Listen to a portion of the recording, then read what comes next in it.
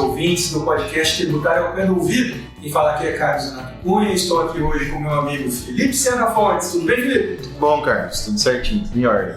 E hoje nós temos uma convidada muito especial para tratar aí das intersecções entre o direito tributário e o direito concorrencial. Direito tributário e concorrência. Vanessa Vilela Vergão. Tudo bem, Vanessa? Tudo bem, Carlos. Uma alegria estar aqui com você, com o Felipe. Dois profissionais que eu admiro e um tema também que me é muito caro. Muito bem, Vanessa. Se apresenta para os nossos ouvintes. Legal, pessoal. Então, eu sou advogada. Por hora, não estou exercendo a advocacia porque eu tenho dedicação exclusiva para as atividades do serviço público. Sou professora do Instituto Federal do Paraná, servidora de carreira, requisitada para atuar perante o CAD, que é o Conselho Administrativo de Defesa Econômica, vinculado ao Ministério da Justiça. Estou atualmente atuando na Procuradoria Federal Especializada junto ao CAD, mas também tive uma passagem recente pelo Ministério da Mulher, da Família e dos Direitos Humanos, onde exerci a coordenação de um serviço importante às mulheres vítimas de violência. Tenho atividade docente há alguns anos, uma década e meia, eu acho, né? Já o tempo passa rápido. E procuro fazer a intersecção desses temas entre direito econômico, antitruste, regulação, gênero e, enfim, outros dos nossos interesses aqui. E você tem doutorado, mestrado, doutorado é pela USP, mestrado pela PUC? Doutorado pela PUC de São Paulo e mestrado pela USP. Exatamente nessa relação do direito econômico e do direito tributário. Na verdade, minha pesquisa ela foi mais voltada para a filosofia do direito. Eu fiz uma teoria da crise do sistema jurídico, e daí ela acaba sendo um tema que busca analisar o funcionamento do sistema jurídico em nível macro, assim, não, mas a gente pode trazer ela para entender algumas interferências, por exemplo, como o Poder Judiciário atua no ambiente econômico e quais os impactos dele para isso. Muito bem, queridos ouvintes. Antes de começar, os recadinhos de sempre. Curtam a nossa página lá no Facebook, sigam o nosso perfil no Instagram, também no Twitter. Mandem sugestões, críticas não, né, Felipe? Elogios para o e-mail contato@tributariopelouvido.com.br. Então, muito bem, pessoal, vamos lá!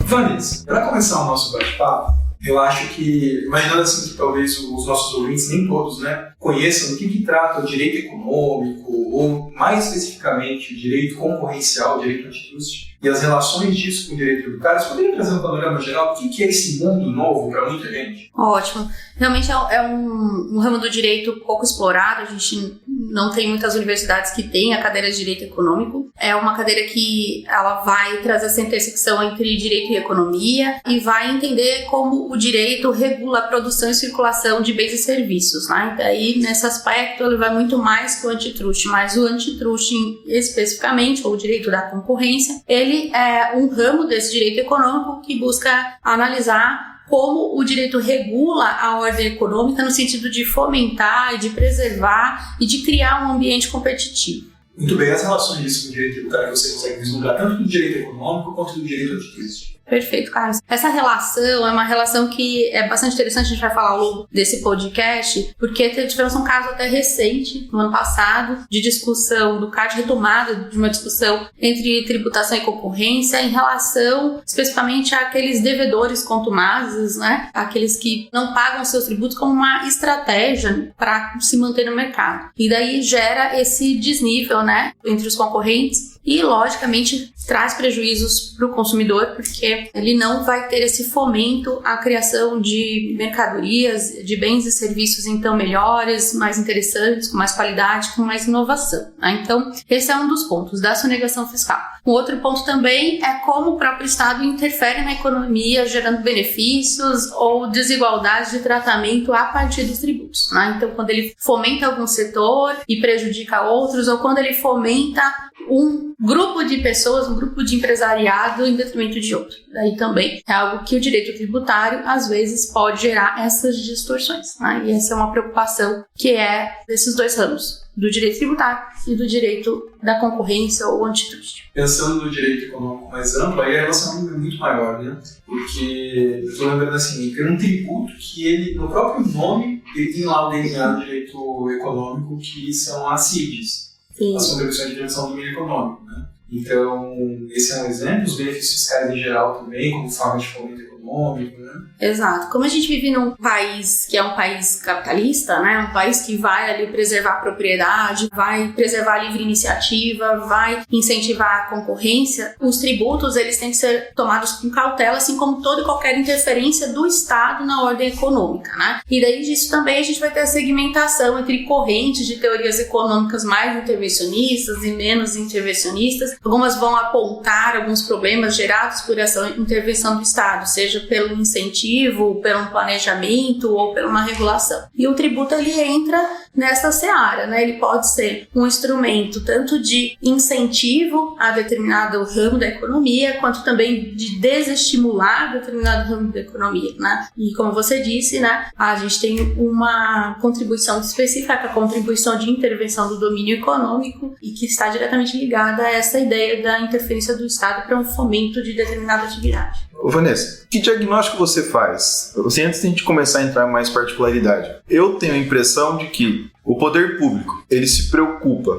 mais com o aspecto econômico da tributação quando ele ainda está no âmbito político do que o verdadeiro impacto econômico daquele tributo. Então, por exemplo, vamos dar o exemplo do PERSE, que a gente discutiu há alguns episódios atrás. O que é o PERSE mesmo, Felipe? Foi aquele programa instituído pela União para recuperar o setor de eventos, né? Então, a gente tem um problema econômico. Veio a pandemia, quebrou o setor de eventos. E aí trouxeram uma solução tributária para tentar reerguer aquele setor, recompensar aquele setor. Só que os problemas econômicos que esse programa traz, acho que são mais nocivos do ponto de vista concorrencial do que aqueles problemas que ele tenta combater. Ou seja, a área política, olha, precisamos melhorar o setor de eventos, prevaleceu sobre a parte econômica do tributo depois de instituído. Né? Você tem essa impressão também? Você enxerga diferente? Como se fosse uma avaliação dos resultados dessa intervenção.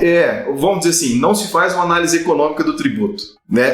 Politicamente, fala assim, precisamos usar o tributo para um fim econômico. Mas depois de instituído, não tem muita preocupação com o impacto econômico que ele vai gerar. Felipe, assim, o que eu acho que nesse ponto quero lembrar uma lição do Oreiro. Foi um professor que eu fiz a matéria dele lá na UNB, um keynesianista, né? E acho importante que ele disse que a economia é política, né? A economia, não existe uma economia não política. A gente tem lá a cadeira de economia política, mas no final é o cabo. A economia, ela é política. Tentou fazer uma aproximação da economia com as ciências duras, mas na verdade ela é uma decisão de quem paga a conta. E nesse caso, o tributo está dentro desse espectro de quando eu tenho uma mazela social ou um problema social, quem é que vai pagar essa conta? Né? Uma outra coisa que eu acho importante, que a professora Deos também é uma economista e ela falou justamente isso, que você tem basicamente 3 atores dentro do cenário econômico, que são as famílias e as firmas de um lado, e do outro lado você tem ali o Estado, né? E quando as famílias e as firmas ganham, o Estado necessariamente perde. Quando o Estado necessariamente perde, famílias e firmas estão lucrando. Não tem como você fechar a conta do Estado e fazer também o lucro na outra ponta, né? Então, no final, o que a economia vai fazer? Quem vai pagar essa conta? Eu vou pagar essa conta por meio de um tributo ou vou pagar essa conta por meio da retirada de um benefício social, né? Às vezes a gente empurra lá para a Previdência, vamos fazer uma reforma previdenciária, quem vai pagar essa conta são os aposentados, ou quem vai pagar essa conta é o empresariado aumentando essa carga tributária, né? Então, eu acho que mesmo que se faça uma previsão, pode ser até que exista alguma previsão dos efeitos negativos, mas no final e ao cabo foi uma decisão de quem iria pagar a conta, né? E daí o que a gente tem que debater é qual é o ponto de equilíbrio, né? Entre essa relação de benefícios para o Estado, benefícios para as firmas ou famílias e para quem a gente está empurrando essa conta, quem está ficando mais onerado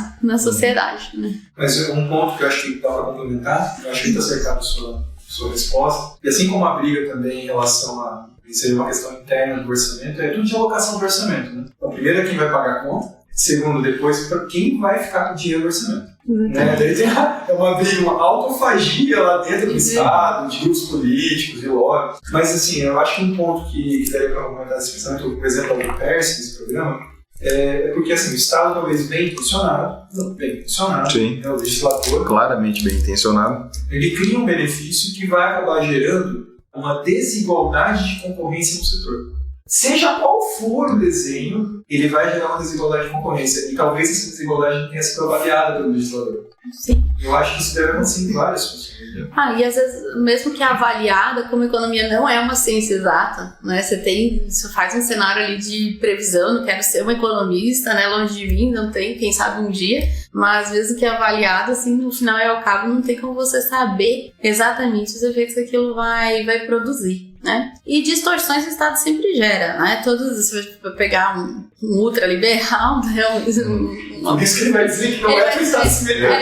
Ele vai dizer que sempre o Estado, mesmo que ele tente formar cenários de previsão, ele não consegue analisar todos os impactos daquela decisão e sempre ele vai gerar uma distorção. Até o não agir também pode gerar uma distorção. No final, eu acho que é isso, é entender que a economia é política, né? O direito é política, a gente está falando de poder, de desequilíbrio de forças, que não existe essa concorrência perfeita, né? Até lembrar o seu podcast, né? Felipe, você falou, não existe neutralidade fiscal e toda a intervenção, ela gera um custo, né? E muitas vezes a gente não consegue nem prever qual é esse custo social, né? E daí essas tentativas de acerto e erro constantes, a partir de modelos anteriores que deram certo, né? E teorias econômicas. Um caso desse, um outro exemplo dessa atuação estatal que gera uma distorção, não só do ponto de vista concorrencial, mas também um vício interno do direito tributário e do seu funcionamento, é o caso dos parcelamentos especiais, por exemplo, federais, e não só federais, porque isso também se alastrou, né, em todos os níveis federativos, como refis, conhecido como refis na União. E veja, não é uma questão de um governo, porque isso tem se alastrado independentemente da ideologia. Aqui em Londrina, o refis é anual. Isso. Todo ano tem um refis, então por que você vai pagar imposto durante o ano? Isso acontece em outros municípios. E mesmo na União, isso estava quase anual.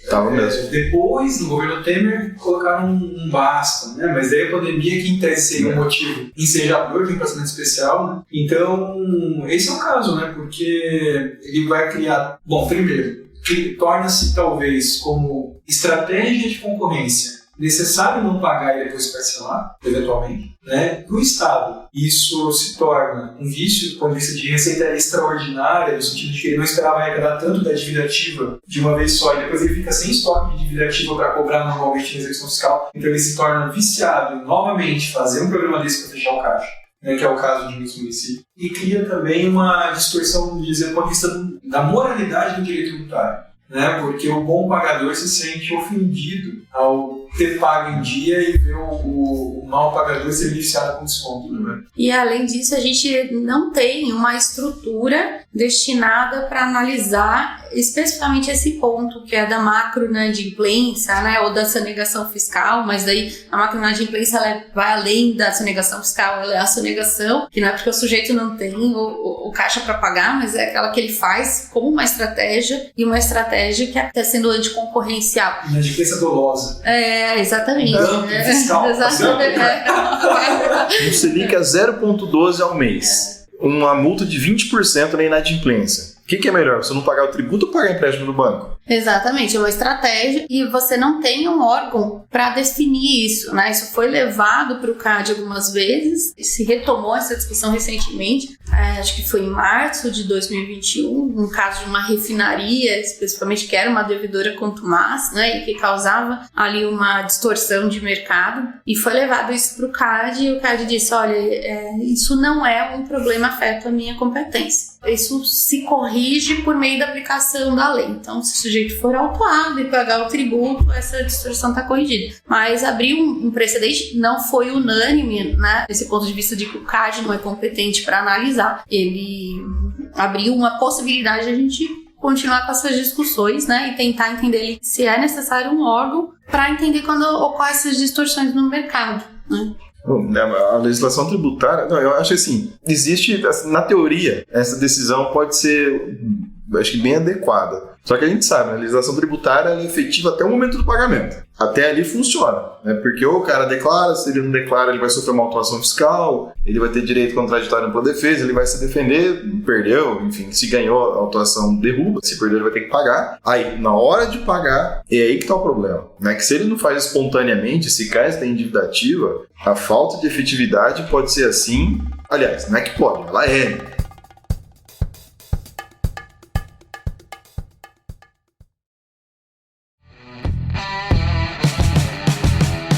pontos. É uma teoria mesmo, tá? Tem um artigo da Constituição Federal, o artigo 146A, né, que foi inserido os critérios especiais de tributação. Que ele diz o seguinte, né? A lei complementar poderá estabelecer critérios especiais de tributação com o objetivo de prevenir desequilíbrios de concorrência, sem prejuízo da competência da União por lei estabelecer normas de igual objetivo. Vanessa, você acha que essa norma de competência legislativa e constitucional seria talvez um caminho para o remédio para esse tipo de situação? Então, Carlos, foi debatido como uma neutralidade tributária, né? Tentando se entender isso como uma neutralidade tributária, mas a gente não tem uma aplicação efetiva, desconheço do 146A, porque não tem, exatamente, não existe a lei complementar. Mas tem projeto. E não existe pela grande dificuldade, né, de se preventivamente entender quando um tributo vai causar uma distorção. Você vê que todas as discussões que vieram, que tangenciam tributação e concorrência para o CAD, que é o órgão do Sistema Brasileiro de Defesa da Concorrência, justamente para analisar problemas de condutas anticompetitivas, elas vêm ou como preço predatório, então aquele sujeito que não pagou a tributação, né, mas não vem em forma de análise da regulamentação. Isso o CAD não faz, né? Então ele não analisa a legislação que determinou esse tributo e também a regulamentação que foi dada a ele. A gente tem dentro do Ministério da Economia, um órgão do Ministério da Economia, né, que é a SEPRAC, né, Secretaria de Promoção da Produtividade e Advocacia da Concorrência, que é a sucessora da extinta Secretaria de Acompanhamento Econômico, que vai justamente fazer essa parte de advocacia da concorrência, então vai elaborar estudos para saber se uma determinada regulamentação ou um ato normativo, se ele causou alguma distorção, algum impacto na relação concorrencial. E daí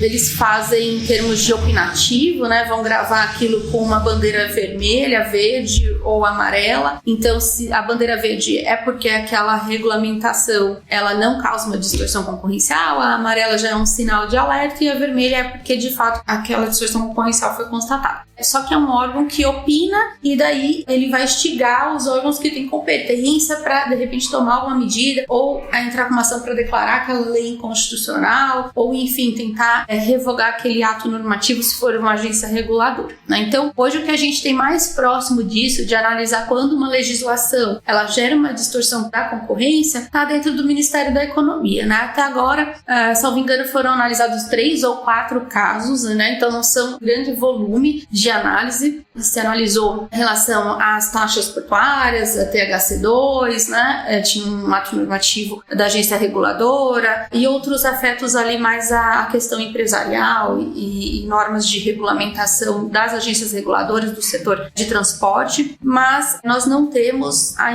um órgão específico para avaliar se aquela legislação, aquele tributo, a criação daquele tributo vai, como o 146 preconiza, vai gerar algum impacto da concorrência. Isso deveria ser feito nos debates legislativos, né? Então, dentro do Congresso Nacional, ou enfim, dentro das casas legislativas estaduais e municipais. Mas a gente sabe que daí o debate é outro, né? Esse debate não é muito intenso em relação à parte econômica, né? Ele está mais afeto ali justamente a essa questão política, né? Quem vai ser estimulado, incentivado ou beneficiado a partir dessas relações. E daí entra esta expertise da academia, dos cientistas, dos advogados ou até dos órgãos que representam uma determinada classe, né, de fazer esse aporte de análise e subsidiar os órgãos que tenham poder de ou interferir nesse processo de discussão legislativa ou eventualmente requerer essa declaração de inconstitucionalidade, enfim, tomar alguma providência em relação a isso.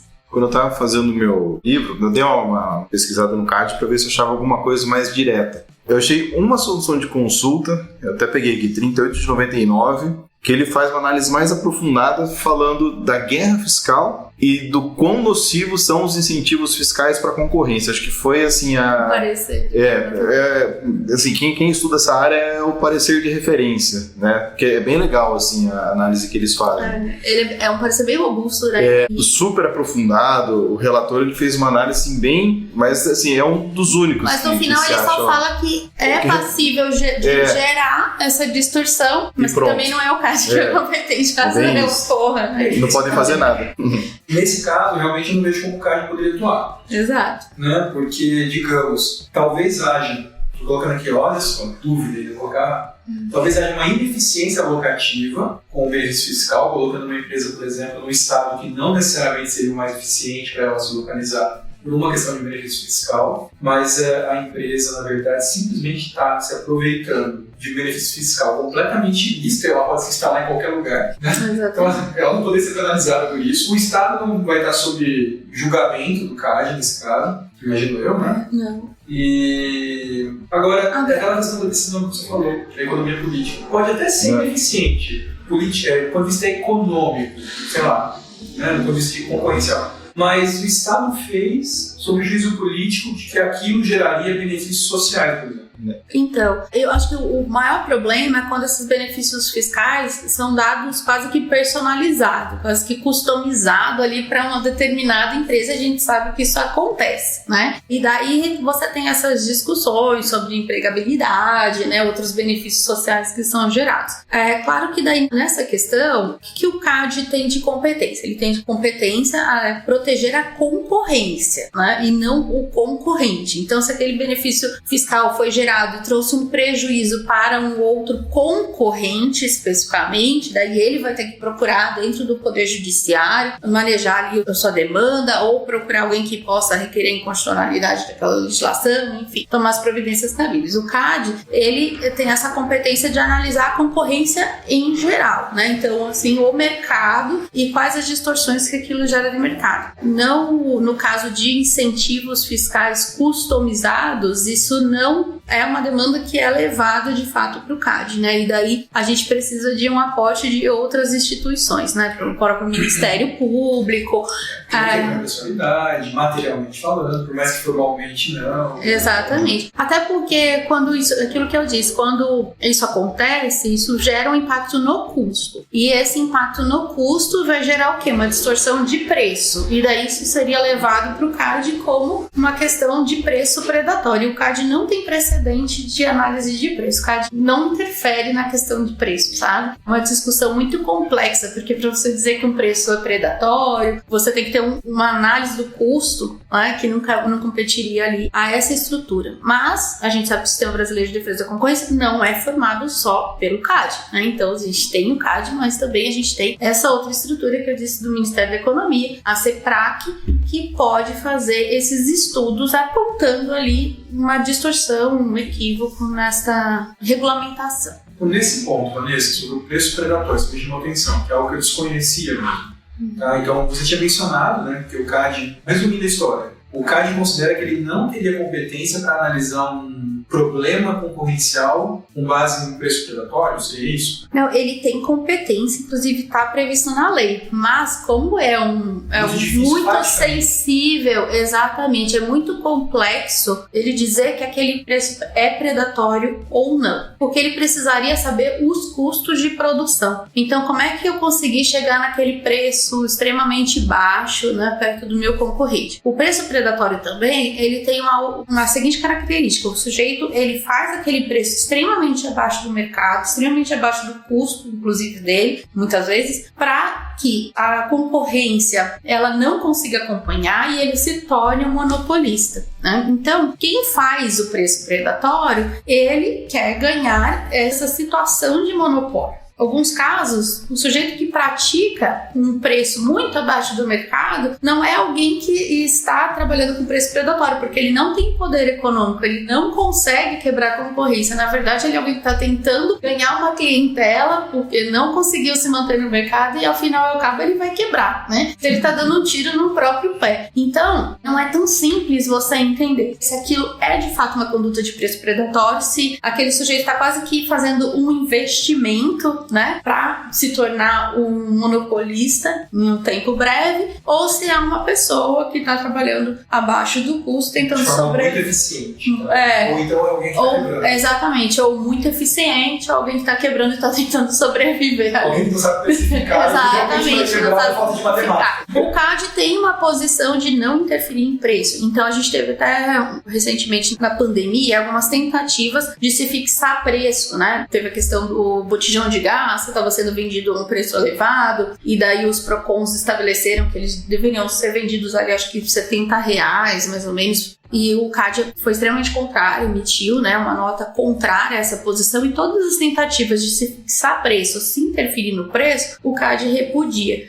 porque o preço ele é uma consequência do mercado. Mas aí dentro do que é o preço, você abre essa discussão, né? Será que de fato o CAD tem que se eximir de toda e qualquer interferência na formação desse custo? Porque você tem a sonegação fiscal, a sonegação de direitos trabalhistas, a sonegação de direitos ambientais. Então, é uma posição bastante inovadora que foi retomada no ano passado com essa discussão dessa refinaria, de se de fato o CAD tem que se furtar de analisar essas inadimplências. O sujeito que é um devedor contumaz, isso interfere no custo dele. O sujeito que não paga direitos trabalhistas, tem trabalho escravo, a pessoa que não respeita a legislação ambiental, se de fato ela não está se aproveitando, né, de um não cumprimento legal para ganhar poder de mercado. E daí dentro, se a gente for pegar esse julgado das refinarias, a gente teve basicamente 3 posições lá, Carlos, Felipe também. A gente teve uma posição que disse, olha, não compete ao CAD, então tem que ser uma outra estrutura, Ministério Público, que recorra ao Poder Judiciário para decidir, né? Vamos supor que fosse essa questão que foi um caso de sonegação contumaz. Teve uma outra posição que disse, olha, compete ao CAD sim analisar sempre, porque isso gera problemas da concorrência, foi uma posição minoritária.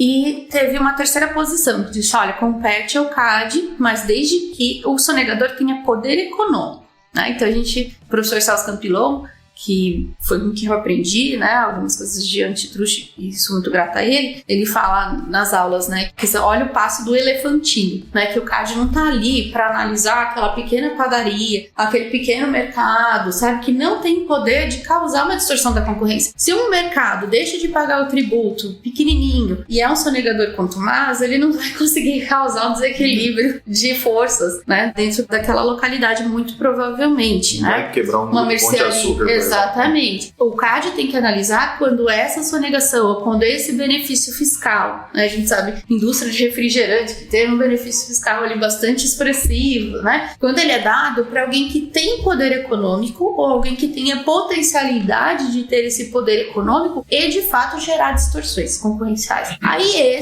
nessa terceira posição, seria algo que sim, deveria ser levado para o CAD, né?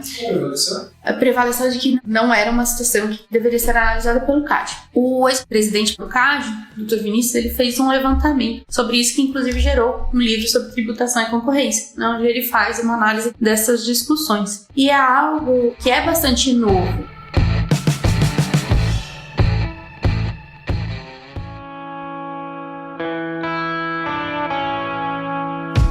Vanessa, disso que você está falando, voltando um pouco no incentivo fiscal. Vamos colocar a situação, né? Teve toda naquela celeuma jurídica dos incentivos fiscais do ICMS, que são concedidos fora do CONFAS. O CONFAS, ele é o órgão onde os estados, cada um defende seu interesse e tal, e a partir do momento que o benefício fiscal é aprovado, pressupõe-se que, ainda que haja um dano à concorrência de outro estado, isso foi discutido, foi ponderado, né? E aquele estado que poderia sair lesado pela concessão daquele incentivo fiscal, ele acabou por optar porque politicamente seria viável, ou dando concorrência e tal, não seria problema para ele. Enfim, esse benefício fiscal, ok, né? Porque foi aprovado de acordo com a formalidade que é necessária. A gente sabe que nem você falou agora há pouco. O problema não é isso, são aqueles benefícios personalizados que, via de regra, são concedidos fora do âmbito do CONFAS. A solução contra esses benefícios foi no STF, que trouxe aquele precedente enorme que não pode ser concedido benefício fora do CONFAS, julgou inconstitucional centenas de benefícios. Acho que todo santo dia deve julgar inconstitucional algum benefício do ICMS. Mas o que o Estado faz? Beleza, ele cancela aquele benefício, no dia seguinte concede de outro igual. E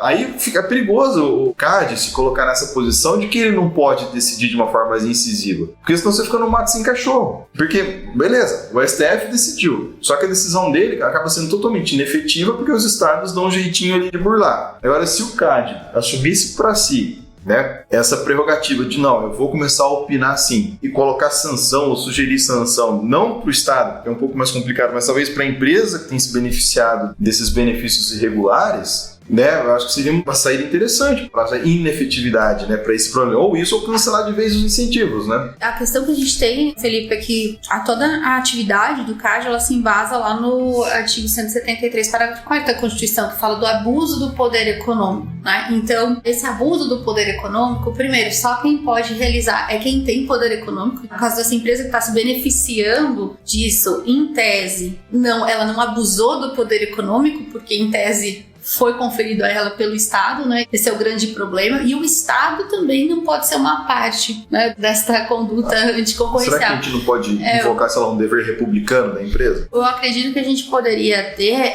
uma forma de opinativo, né? Uma forma de consulta. Eu acho que, daí eu tô falando aqui, não é assim, tá? Uma ideia que existe na cabeça, sem nenhuma pretensão de acontecer, não é como as coisas são. Mas, de repente, o CAD ser mais ouvido, né, ser mais consultado pelos órgãos, inclusive ser as tomadas de posição dele analisadas também. E daí eu tô falando desde a parte de advocacy, que essa sim é uma parte que é uma competência do CAD, educar, fazer guias, fazer acordos com a sociedade, com, enfim, órgãos, por exemplo, da magistratura, órgãos do Ministério Público, para que as pessoas passem a entender o que é concorrência e entender a importância de ter uma cultura da concorrência. E daí eu acho que esse é o grande problema, sabe, do nosso país. A gente tem uma cultura da concorrência não formada ainda, né? E principalmente no interior. A gente está aqui em Londrina agora e é muito raro você ter um aluno ou ter alguém que conheça ali dentro da faculdade a questão do direito da concorrência, né? A gente tem, acho que uma única universidade que tem a matéria de direito da concorrência, não sei nem se ainda mantém. Eu acho que é isso. Isso precisa ser um valor da sociedade, né? Porque à medida que a sociedade reconhece a concorrência como um valor, assim como a dignidade da pessoa humana, como os direitos sociais em geral, a própria sociedade vai reivindicar e não vai deixar que isso aconteça, né? E impedir essas distorções. E daí o que o CAD tem? Tem setores, tem áreas que estão fazendo guias, que estão fazendo material de instrução, educativos. O CAD também tem dentro dele o PINCAD, que eu até observo aqui para os alunos, né, que estiverem ouvindo. Eu sempre falava para os alunos, vamos participar do PINCAD. O meu estagiário na época participou, foi um dos estagiários lá, que incentiva principalmente pessoas do interior. Então, o PINCAD é um programa de estágio, né, dentro do CAD, e incentiva pessoas que estão no interior, então estão fora do grande centro, justamente para fomentar essa cultura da concorrência, né? E ter pessoas que possam, ali quando tem o debate no Poder Legislativo ou quando acontece uma distorção dessa, poder acionar as estruturas corretas, né? Então acho que também está muito vinculado a essa ideia da advocacy, sabe? É muito abstrato, né? Mas acho que a partir do momento que a pessoa tiver a noção que quem paga aquela conta é ela, né? Tudo bem, vai lá a empresa, pega um benefício regular, só que você acha que ela faz isso para baixar o preço dela? Até, sim, pode até ser que sim, mas, se ela conquista o mercado, ela coloca o preço que ela quer. Exato. Né? E as pessoas precisam entender por que a concorrência ela é importante, né? Por que ela traz benefícios sociais. Não é simplesmente para o empresariado, né? A livre iniciativa é um valor e a livre concorrência é outro valor, né? Inclusive, às vezes, é limitador da própria livre iniciativa. Você até falou sobre isso, né, no seu podcast, que você foi estudar, tomando aqui tua palavra, né? E daí compreendeu que a livre concorrência ela pode ser, inclusive, até um limitador da livre iniciativa. E as pessoas precisam entender por que é importante, né? E é muito natural. Você chega numa cidade pequenininha que tem lá um único fornecedor, sei lá, uma única pizzaria. Por que aquele sujeito vai fazer uma pizza melhor, né? O preço melhor, se ele vende a pizza dele? Porque ele é único, ele é um monopolista ali naquele lugar. E daí, quando você chega, eu acho que isso é bem sensível, né? Até no de restaurante, você chega em São Paulo, o cara tem que ser bom, porque se ele não oferecer um bom produto com um bom valor, a sociedade vai ser engolido. Ele vai ser engolido, não aceita. Por quê? Porque tem concorrência. Se ali não tá legal, você vai pro da esquina e tá tudo bem. Então a concorrência, ela tem essa potencialidade de gerar melhores produtos com melhores preços, né? E daí, a partir do momento que as pessoas reconhecem isso como um valor, a sociedade em geral, esse é um valor que precisa estar arraigado em todas as estruturas, né? Para que a gente possa não ter esse tipo de distorção. Mas enquanto isso não acontece, né? A gente vive numa sociedade relacional, né? A gente sabe, enfim, estudos sociológicos, né? De que essas relações de poder, elas estão ali permeadas pelas relações, né? E daí quem tem mais acesso, às vezes, ao poder consegue benefícios que outros que não têm esse poder de voz acabam não tendo. Vou fazer só aqui já que foi mencionado algumas vezes até pela Vanessa, o episódio que tratou do livro do Felipe, é o episódio 23, viu, ouvintes? Neutralidade fiscal, tributação e livre concorrência. Foi um aniversário de 1 ano de podcast. Olha, agora?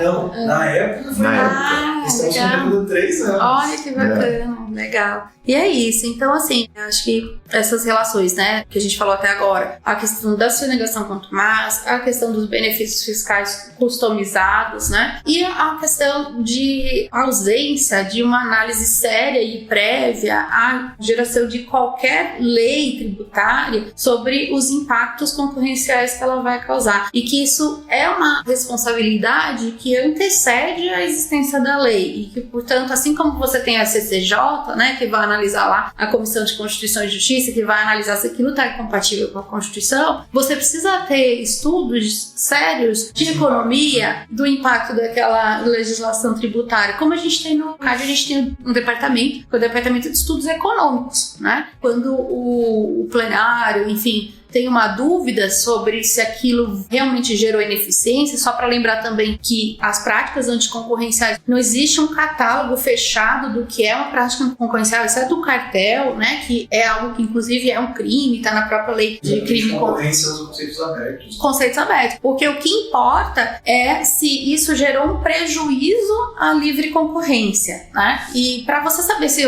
houve um prejuízo, exceto no caso do cartel, porque o cartel é o que a gente chama de regra per se, então apenas pelo objeto dele ele já, inclusive ele é um ilícito, né? Ele não é só uma infração administrativa, ele também é um ilícito previsto lá na lei de crimes contra a ordem econômica e tributária. Mas os outros todos têm que gerar uma ineficiência, sabe? Para que isso possa ser considerado uma prática anticoncorrencial. Então, assim como a gente tem um órgão dentro, que é o Departamento de Estudos Econômicos, que vai analisar o mercado, que vai entender, porque não é fácil, vocês são tributaristas, né? E você tem que conhecer aquele mercado, você tem que conhecer o ramo do que o sujeito atua.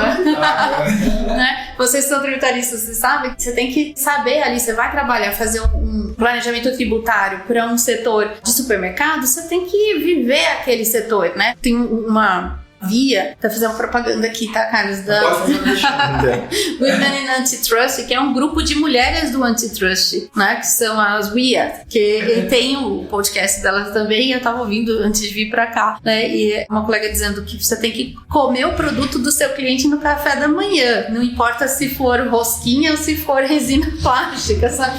Então você tem que conhecer do setor. Então, não necessariamente uma lei tributária vai causar uma distorção da concorrência naquele mercado. Pode ser que naquele mercado essa legislação ela vá muito bem, ela produz eficiências e para um outro mercado, para um outro ramo de atividade, ela gere um grande prejuízo. Então nada é estanque. Eu não posso dizer, esse benefício fiscal gerou uma distorção para todos. Às vezes no mercado sim, no outro mercado não. Pois é. Aqui a gente vai fechando um círculo. Porque a primeira pergunta que foi o exemplo daquele programa, né, o PERSE, porque às vezes realmente nós vamos ter um benefício fiscal concedido fora dos limites da Constituição Federal. O Felipe mencionou os casos do ICMS, sem a inclusão do CONFAS, e isso vai gerar problema de concorrência. Nós vamos ter situações em que o Estado simplesmente está legislando na maior boa vontade, dentro dos limites da Constituição, mas sem pensar nos impactos econômicos, e não há um órgão que faça essa análise, fica realmente sob juízo do legislador e uma análise política nos debates, né, do Congresso Nacional, por exemplo, a gente falou da União. E aí eu tenho o exemplo do PERSE, estou lembrando aqui, por exemplo, um caso importante, lógico, né?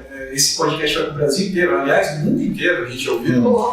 Tem gente do mundo inteiro. Legal. Mas aqui, como nós moramos aqui no Paraná, tem um caso importante aqui, por exemplo, quando havia aquela questão da compensação de precatório no Estado. E o que uma empresa muito sagaz pode fazer com a compra de precatórios para diminuir o seu débito de ICMS, causando prejuízo com preço muito menor, tendo em vista algo que é lícito. Sim. Era lícito comprar um precatório para poder compensar com o ICMS, fazer com isso um preço muito menor, gerando a quebra dos concorrentes.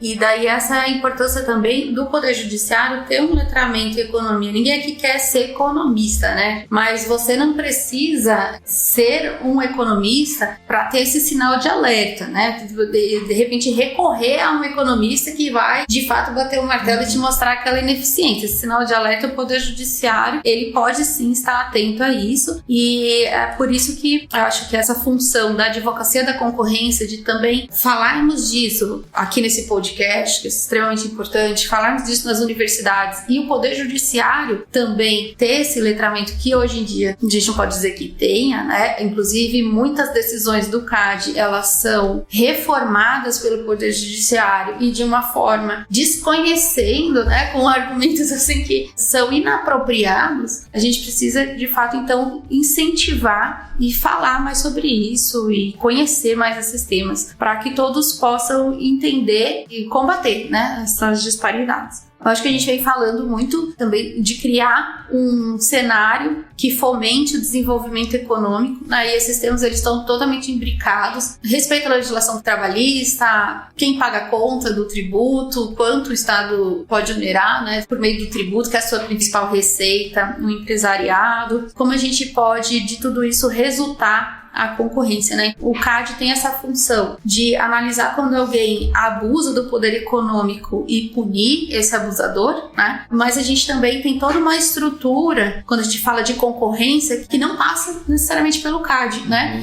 E que está dentro do poder legislativo, com uma análise séria dos impactos concorrenciais de uma legislação tributária, está dentro do Ministério da Economia por meio da CEPRAC, por meio de um estudo que vai apontar essas distorções do ato regulatório, está dentro das universidades, das academias, a partir de estudos científicos com dados, né, que possam ali subsidiar essas análises.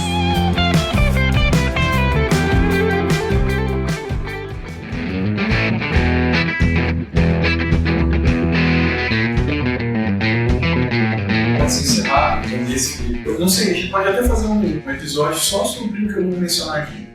Mas é só já fica o convite aí, então. Já fica o convite. Que acho que vocês falaram, a professora Maria de Fátima falou. Né? Exato. Então, vamos lá. Para encerrar aqui, Vanessa e Felipe, talvez a gente possa fazer um episódio só sobre esse caso, porque ele é muito paradigmático, que é o caso American Virgin.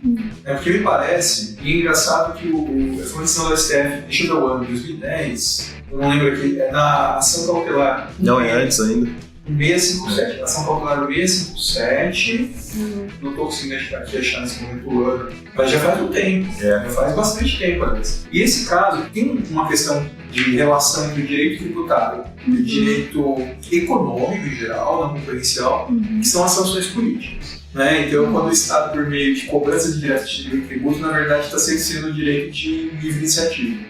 E isso, o Supremo Tribunal Federal há muito tempo, tem várias súmulas, súmula 70, há muito tempo disso, por exemplo, não pode impedir mudança de alvará, não pode impedir emitir nota fiscal, né? É algo chamado de sanção política pela doutrina da jurisprudência. E nesse caso do American Virginia, o STF ele meio que superou esse entendimento nesse caso concreto. Por causa do devedor contumaz. Devedor contumaz, que era o devedor contumaz fabricante de cigarro, que com isso praticava preços muito abaixo dos seus concorrentes, e havia a previsão na legislação do IPI, né, específica, que ela deveria quitar seus tributos, sob pena de não ter a licença especial para produzir cigarro. Né? Isso se encaixa, se olhado formalmente, como uma sanção política, vedar que uma empresa funcione por débito, mas nesse caso o STF disse não. Por questão concorrencial, por ser devedor contumaz. Então é algo assim muito paradigmático. E essa decisão também do CAD do ano passado, né? Você vê que não é uma coisa que a gente possa dizer o CAD não vai julgar, o STF não vai julgar, porque depende muito do caso. Eu acho que, assim, que o mais importante é a gente entender que depende do contexto. Quando a gente está falando de direito à concorrência, a gente não está falando de um rol fechado, taxativo. As pessoas às vezes confundem o direito da concorrência com o direito penal, né? Então eles acham assim que tem um tipo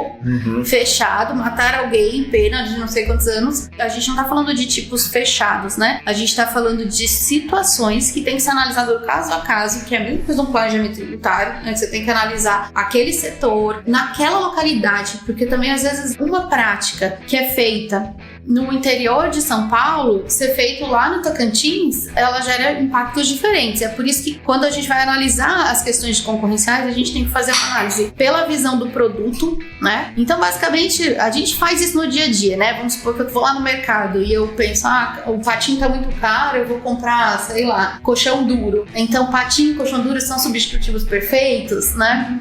É uma análise por produto, né?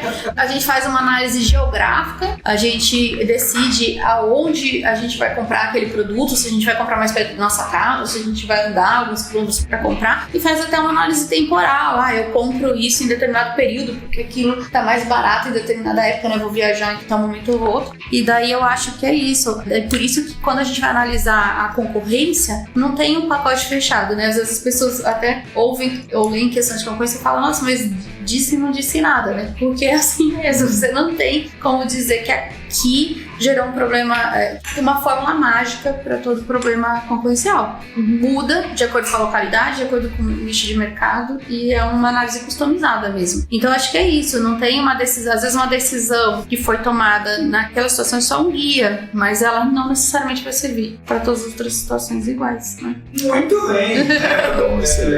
Excelente. Outra aula. Exatamente. A gente já tinha participado de um grupo de estudo, né, um tempo atrás, uns 30 dias atrás com a Vanessa, já tinha sido uma aula, hoje foi a segunda aula. É isso, gente. Então, primeiro, assim, abrir com a palavra finais aí, Felipe. Não, só queria agradecer, acho que foi uma ótima participação e fica o convite, né, para os ouvintes se aprofundarem no direito econômico, nessa intersecção do direito econômico com o direito tributário e, né, especialmente porque é uma das áreas que eu mais gosto, do direito concorrencial. Obrigado. Vanessa. Eu quero agradecer a oportunidade de estar ao lado de duas pessoas que eu admiro bastante, né, e de falar com vocês, todos os ouvintes. E minha ideia era passar esse interesse, né, a gente não tem uma pretensão de fechar o tema, mas pelo menos trazer, na verdade, mais dúvidas. Então, se você saiu com mais dúvidas desse podcast, a gente conseguiu concluir nosso objetivo e daí incentivar as pessoas a acompanhar as decisões do CAD, ler os guidelines, né? Ler a Lei 12.529 de 2011, que é pouco explorada, para que a gente possa ter mais advocacia da concorrência e ter a concorrência como um valor, né? No interior ou nas grandes centros. Muito obrigada. Muito bem, então aqui encerrando, eu gostaria de agradecer a Vanessa por ter aceitado esse convite, foi um prazer, como disse o Felipe, também foi uma aula, aprendi muito, e um grande abraço aos nossos ouvintes e até a próxima. Até a próxima. Valeu.